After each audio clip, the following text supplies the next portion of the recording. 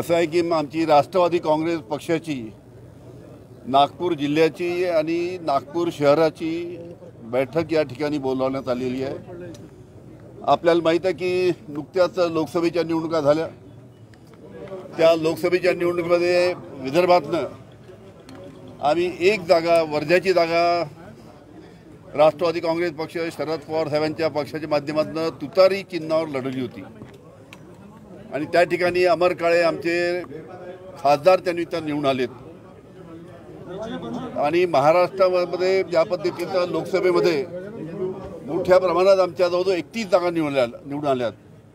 विदर्भात 10 पैकी 8 जागा आमच्या महाविकास आघाडीच्या निवडून आल्यात। आता पुढील काळामध्ये विधानसभेची निवडणूक आहे आणि या विधानसभेच्या निवडणुकीमध्ये काँग्रेस पक्ष, राष्ट्रवादी काँग्रेस पक्ष आणि शिवसेना आणि बाकी आमचे जे सर्व मित्रपक्ष आहेत ते सर्व एकत्र मिळून आम्ही विधानसभेची निवडणूक लढवणार आहे।